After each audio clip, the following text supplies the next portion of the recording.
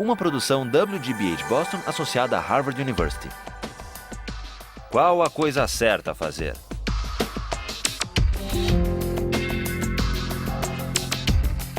Justice, com Michael Sandel.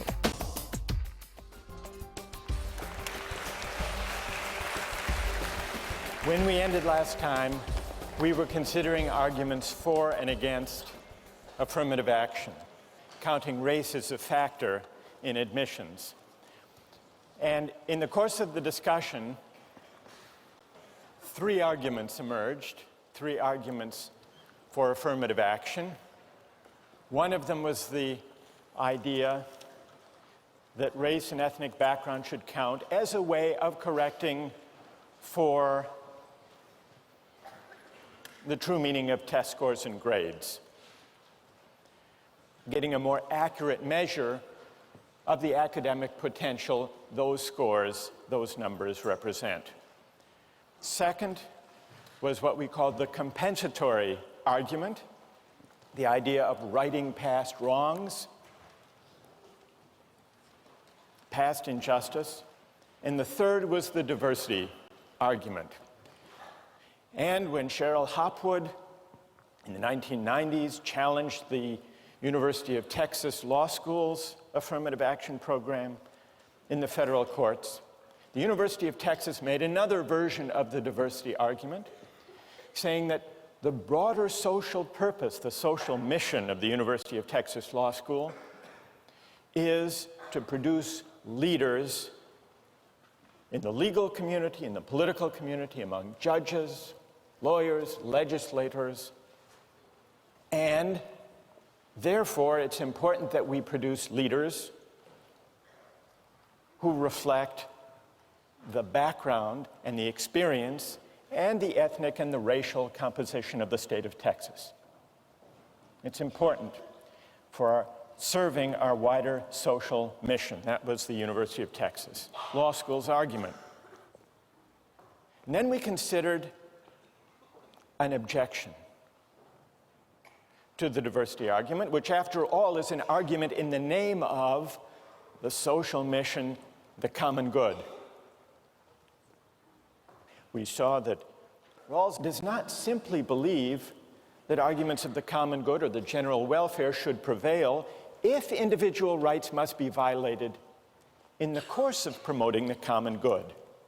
You remember that was the question, the challenge to the diversity rationale that we were considering when we finished last time. And we began to discuss the question, well, what right might be at stake? Maybe the right to be considered according to factors within one's control. Maybe this is the argument that Cheryl Hopwood implicitly was making. She can't help the fact that she's white. Why should her chance at getting into law school depend on a factor she can't control? And then Hannah, who was advancing an argument last time, said Harvard has the right to define its mission any way it wants to. It's a private institution. And it's only once Harvard defines its mission that we can identify the qualities that count. So no rights are being violated. Now, what about that argument? What I would like to do is to hear objections to that reply and then see whether others have an answer. Yes. And tell us your name. Da. Da. Right. You spoke up last time. All right. How do you answer that argument? Well, I think there was two things in there. One of them was that a private institution could define its mission however it wants, but then that doesn't make however it defines it right. Like, I could define my personal mission as I want to collect all the money in the world, but does that make it even a good mission? So you can't say that just because a college is a private institution, it could just define it whatever it wants. We still have to think about whether the way it's defining it is right. And in the case of affirmative action, a lot of people have said that since there's a lot of other factors involved, why not race? Like, if we already know that the system is imperfect. I want to stick with your first point, Okay. Da. Here's Da's objection. Can a college or university define its social purpose any way it wants to, and then define admissions criteria accordingly? What about the University of Texas Law School, not today, but in the 1950s? Then there was another Supreme Court case against the admissions policy of the University of Texas Law School because it was segregated. It only admitted whites. And when the case went to court back in the 50s, the University of Texas Law School also invoked its mission. Our mission as a law school is to educate lawyers for the Texas bar, for Texas law firms. And no Texas law firm hires African Americans.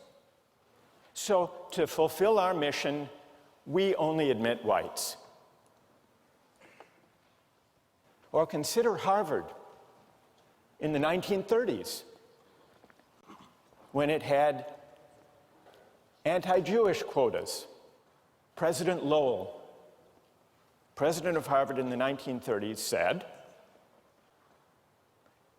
that he had nothing personally against Jews, but he invoked the mission, the social purpose of Harvard, he said, which is not only to train intellectuals. Part of the mission of Harvard, he said, is to train stockbrokers for Wall Street, presidents and senators, and there are very few Jews who go into those professions. Now, here's the challenge. Is there a principal distinction between the invocation of the social purpose of the college or university today in the diversity rationale and the invocation of the social purpose or mission of the university by Texas in the 1950s or Harvard in the 1930s? Is there a difference in principle? What's the reply? Hannah? Well, I think that the principle that's different here is basically the distinction between inclusion versus exclusion. I think that it's morally wrong of the university to say, we're going to exclude you on the basis of your religion or your race. That's denial on the basis of arbitrary factors. What Harvard is trying to do today with its diversity initiatives is to include groups that were excluded in the past. Good. Stay there. Let's see if someone would like to reply. Go ahead. This was kind of in support of Hannah rather than a reply, but That's all right. I was going to say another principal difference can be based on malice being the motivation, I guess, for the historical segregation act. So it's saying that we're not going to let blacks or Jews in because they're worse as people or as a group. Good. So the element of malice isn't present. And what's your name?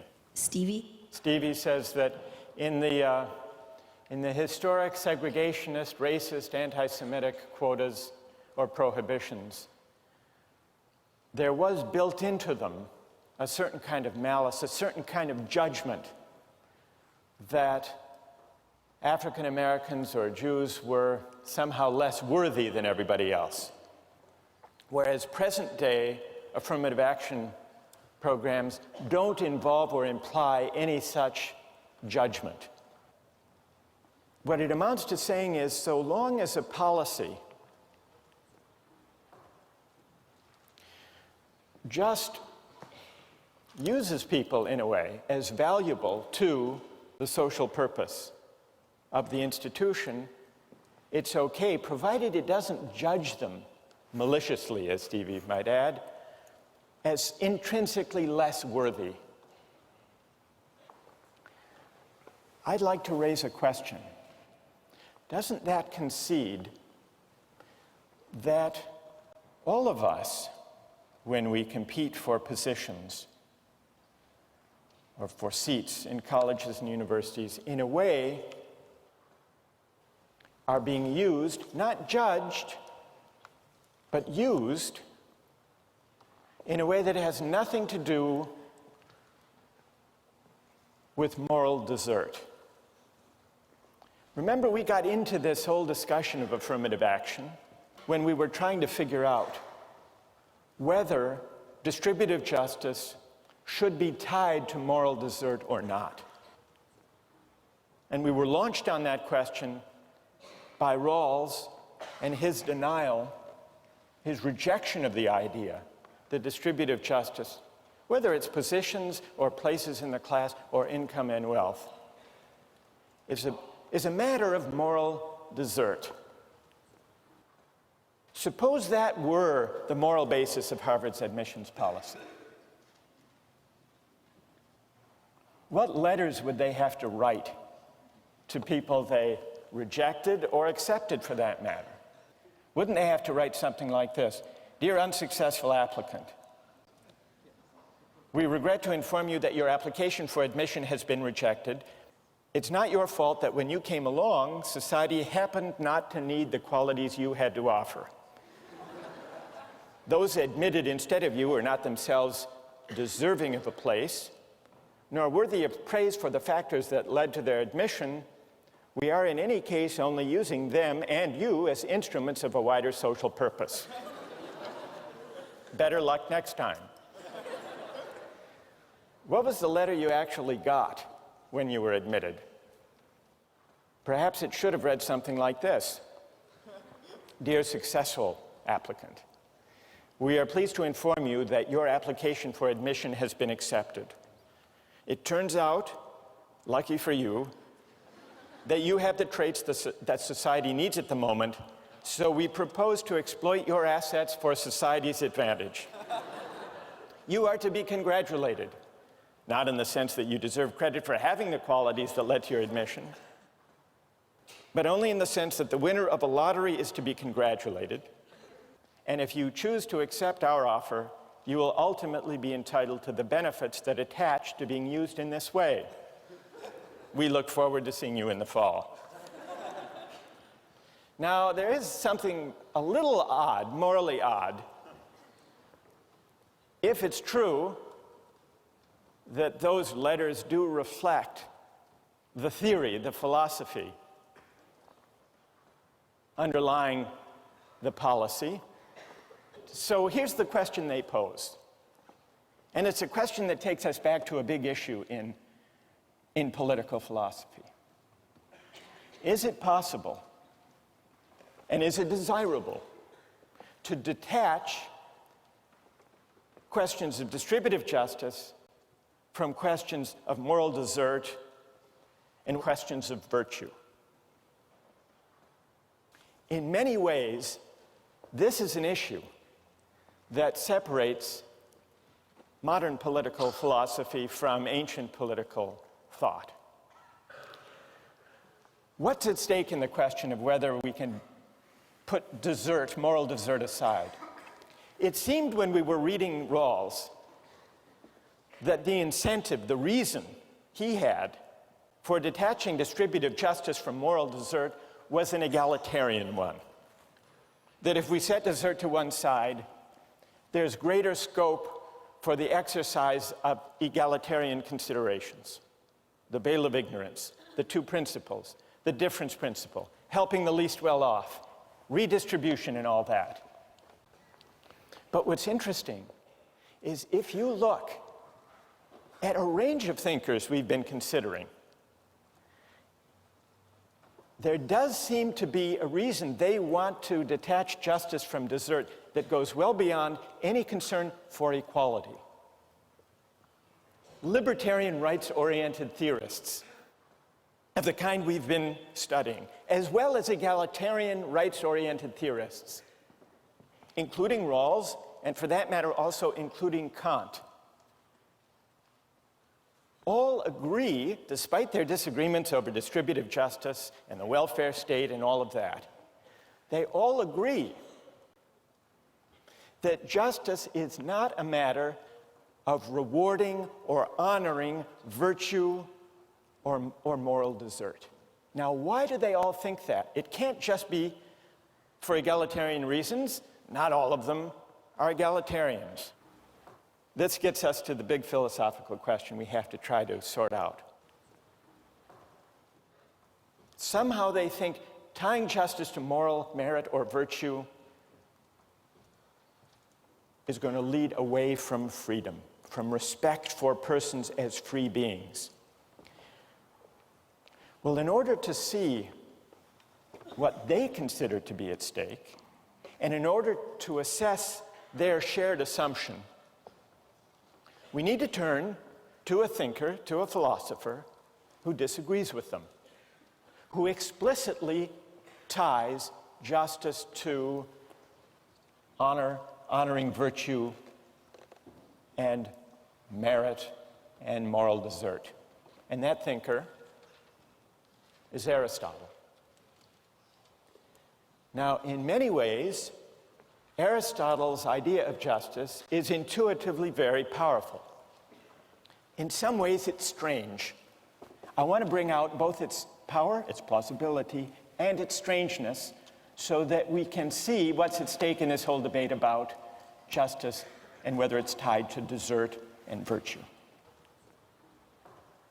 So, what is Aristotle's answer to the question about justice? For Aristotle, justice is a matter of giving people what they deserve, giving people their due. It's a matter of figuring out the proper fit between persons with their virtues and their appropriate social roles. Well, what does this picture of justice look like? And how does it differ from the conception that seems to be shared among libertarian and egalitarian rights-oriented theorists alike? Justice means giving each person his or her due, giving people what they deserve. But what is a person's due? What are the relevant grounds of merit or desert? Aristotle says that depends on the sort of things being distributed. Justice involves two factors: things and the persons to whom the things are assigned. In general, we say, Aristotle writes, that persons who are equal should have equal things assigned to them. But here there arises a hard question. Equals in what respects? Aristotle says that depends on the sort of thing we're distributing. Suppose we're distributing flutes. What is the relevant merit or basis of desert for flutes? Who should get the best ones? What's Aristotle's answer? Anyone? The best flute players, right. Those who are best in the relevant sense, the best flute players. Is it just to discriminate in allocating flutes? Yes, all justice involves discrimination, Aristotle says. What matters is that the discrimination be according to the relevant excellence, according to the virtue appropriate to having flutes.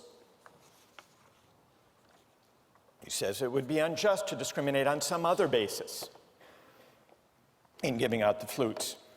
Say wealth, just giving the best flutes to the people who can pay the highest price. Or nobility of birth, just giving flutes to aristocrats. Or physical beauty, giving the best flutes to the most handsome. Or chance, having a lottery.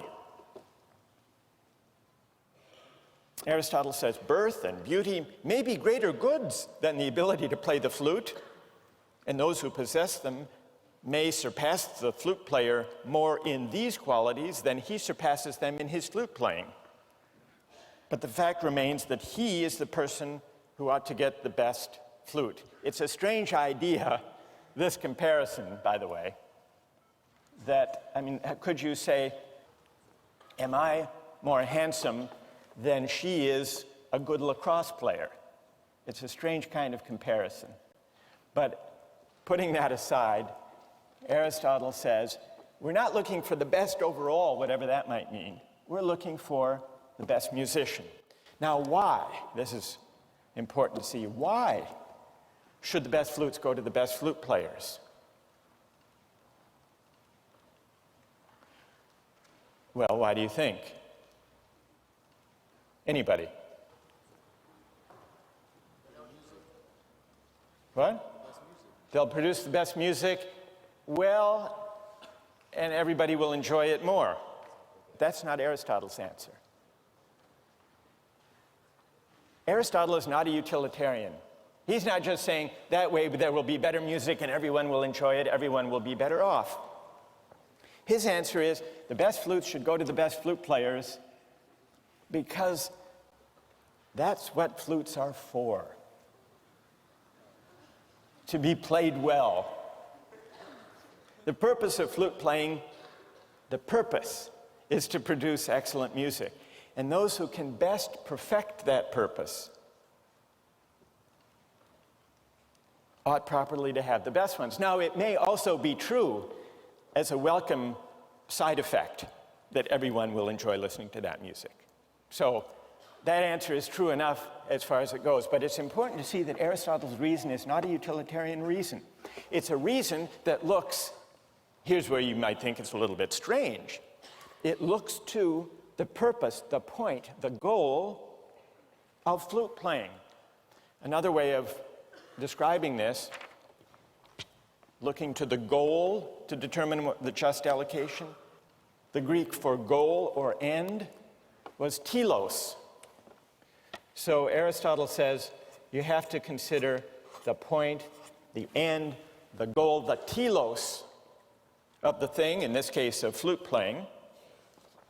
And that's how you define a just allocation, a just discrimination. So this idea of reasoning from the goal, from the telos, is called teleological reasoning, teleological moral reasoning. And that's Aristotle's way, reasoning from the goal, from the end. Now, this may seem, as I said, a strange idea, that we're supposed to reason from the purpose, but it does have a certain intuitive plausibility. Consider the allocation, let's say at Harvard, of the best tennis courts or squash courts. How should they be allocated? Who should have priority in playing on the best courts? Well, you might say those who can best afford them, set up a fee system, charge money for them. Aristotle would say no. You might say, well, Harvard big shots, the most influential people at Harvard, who would they be?